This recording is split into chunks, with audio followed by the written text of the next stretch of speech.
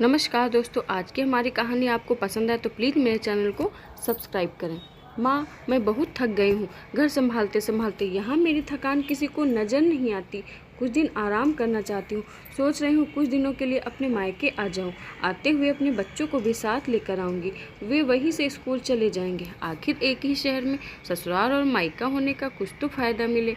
नम्रता ने फ़ोन पर अपनी माँ से कहा। पार्वती जी ने दूसरी तरफ से कहा, हाँ बेटा, जब तेरी इच्छा हो आ जाना। आखिर ये तेरा भी तो घर है। ठीक है माँ, तो मैं कल ही आ जाऊंगी। नम्रता खुश होकर बोली। हाँ बेटा, कल आ जाओ, मैं तुम्हारा इंतज़ार करूंगी। अभी मैं फ़ोन रखती हूँ, मुझे मंदिर भी जाना है। कमला जी ने फ़ोन रख दिया और सीधे किचन में गई।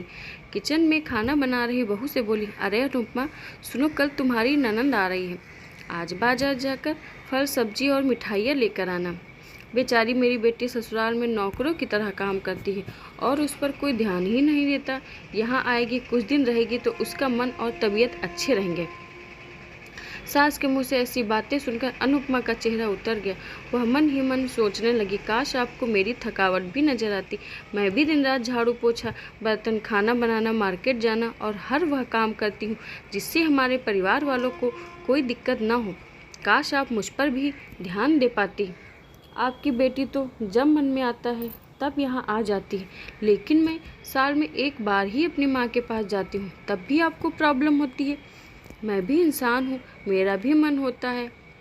मुझे भी लगता है अपनी माँ के पास जाकर थोड़ा आराम करूँ, सुख दुख की दो चार बातें करूँ, अपना मन हल्का करूँ। भगवान, अब तुम ही कुछ करो ताकि मेरी सास की आंखें खुलें और उसे मेरी थकावट भी नजर आए। शाम तक जैसे भगवान ने अनुपमा की सुन ली हो और उसकी ननंद का फ़ोन आया। ननंद ने अपनी माँ से कहा कि उसकी सास ने उसे मायके आने के लिए मना कर दिया है, इसलिए इस बार वो नहीं आ सकती। पार्वती जी बोली, ऐसे कैसे मना कर दिया? पहले तो कभी वह तुम्हें आने के लिए नहीं रोकती थी, इस बार भला क्या हो गया? लाओ मेरी बात कराओ उनसे, मैं उन्हें समझाती हूँ। नम्रता ने फ़ोन अपनी सास के पास दिया। पार्वती जी ने कहा, नमस्कार समधन जी, आपसे कुछ कहना था। समधन जी ने कहा, कहिए। दरअसल नम्रता कल त्योहार है, इसलिए अपने मायके आना चाहती। अगर आप उसे भेज दें तो अच्छा रहेगा।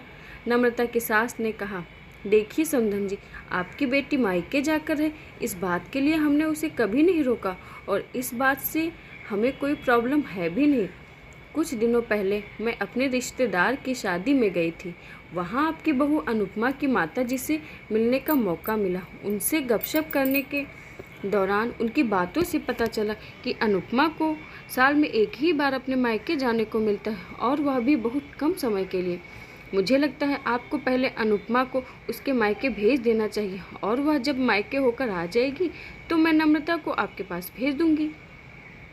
एक बहुत ज़रूरी बात जो मुझे लगता है आपको समझ लेनी चाहिए, आपको अपनी बहू को भी बेटी की तरह या बेटी से भी ज़्यादा प्यार देना चाहिए। उसे भी मायके जाने की इच्छा होती होगी।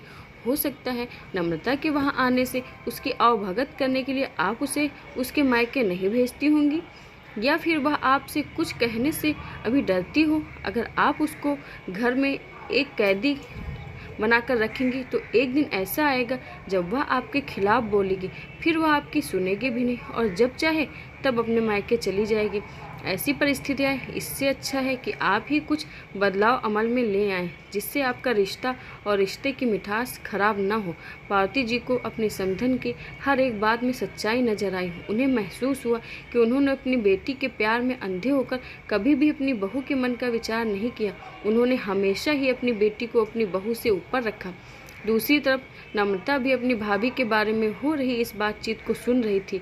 उसने भी रियलाइज़ किया कि वह कभी भी अपनी भाभी के साथ ठीक से बात नहीं करती और जब जब वह अपने मायके जाती है तो भाभी थोड़ी उदास रहती है। पार्वती जी ने अपनी बहू को बुलाया और उसे कहा कि अनुपमा, कुछ दिनों के लिए नम्रता नहीं आने वाली है, इसलिए पहले तुम अपने मायके होकर आ जाओ। यह सुनते ही अनुपमा का चेहरा खिल गया, क्योंकि यह पहली बार था जब उसकी सास ने सामने से उसे अपने मायके जाने के लिए कहा था। अगले दिन अनुपमा अपने मायके गई और इस बार एक दो दिन नहीं, पूरे हफ्ते भर रहकर आई। अपने माँ बाप से अपने रिश्तेदारों से मिलकर आई और जब वह लौट कर आई तो उसका चेहरा खिला हुआ था, उसकी आंखें चमक रही थी। अनुपमा के आने के बाद नम्रता भी अपने मायके आई और इस बार वो खुद सामने से अपनी भाभी से खुशी खुशी मिली और अच्छे से बात की। नम्रता ने अपनी माँ से बात करके उन्हें भी अच्छे से समझने में मदद की कि वह कहीं न कहीं अनुपमा के साथ गलत व्यवहार कर रही थी। दूसरी तरफ अनुपमा अपने ससुराल वालों के बदले रवैये से बहुत खुश थी। अब वह खुशी खुशी सबका ध्यान रखती और हर काम प्यार से करती।